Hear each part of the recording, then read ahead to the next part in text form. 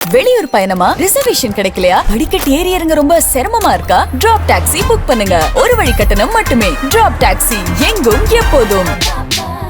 தற்போது வந்துள்ள அண்மை செய்தி. தமிழக வெற்றிக் கழக தலைவர் விஜயின் விமர்சனங்களுக்கு அதிமுக தரப்பிலிருந்து மிக கடுமையான பதிலடி கொடுக்கப்பட்டுள்ளது. சினிமா முதல் அரசியல் வரை அடுத்தவரை பார்த்து காப்பி பேஸ்ட் செய்வதே உங்கள் வேலை. அடுத்தவர் குதிரையில் சவாரி செய்யும் நீங்கள் எப்படி ஒரிஜினல் ஆவீர்கள் என அதிமுக கேள்வி எழுப்பியுள்ளது. அரசியல் புரிதல் இல்லாததால் எங்கள் இயக்கத்தின் தலைவர்களான பெரியார், அண்ணா மற்றும் எம்ஜிஆரின் பெயர்களை இரவல் பெற்று ஸ்டிக்கர் ஒட்டி கொண்டு திரிகிறீர்கள் என்று அதிமுக காட்டமாக விமர்சித்துள்ளது.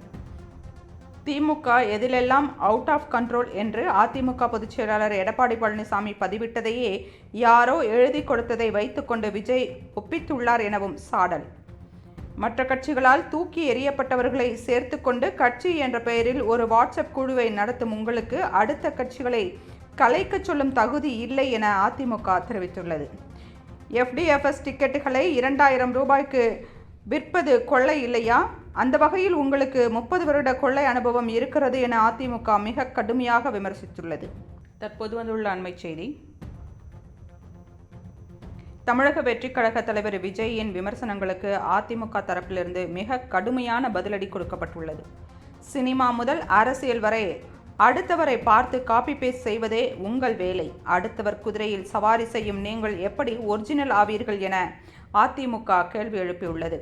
அரசியல் புரிதல் இல்லாததால் எங்கள் இயக்கத்தின் தலைவர்களான பெரியார், அண்ணா மற்றும் எம்ஜிஆரின் பெயர்களை இரவல் பெற்று ஸ்டிக்கர் ஒட்டி கொண்டு திரிகிறீர்கள் என்று அதிமுக காட்டமாக விமர்சித்துள்ளது.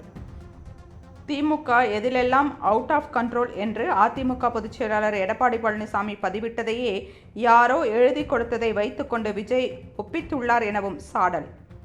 மற்ற கட்சிகளால் தூக்கி எறியப்பட்டவர்களை சேர்த்து கொண்டு கட்சி என்ற பெயரில் ஒரு வாட்ஸ்அப் குழுவை நடத்தும் உங்களுக்கு அடுத்த கட்சிகளை கலைக்க சொல்லும் தகுதி இல்லை என அதிமுக தெரிவித்துள்ளது. FDFS டிக்கெட்டுகளை 2000 ரூபாய்க்கு விற்பது கொள்ளை இல்லையா?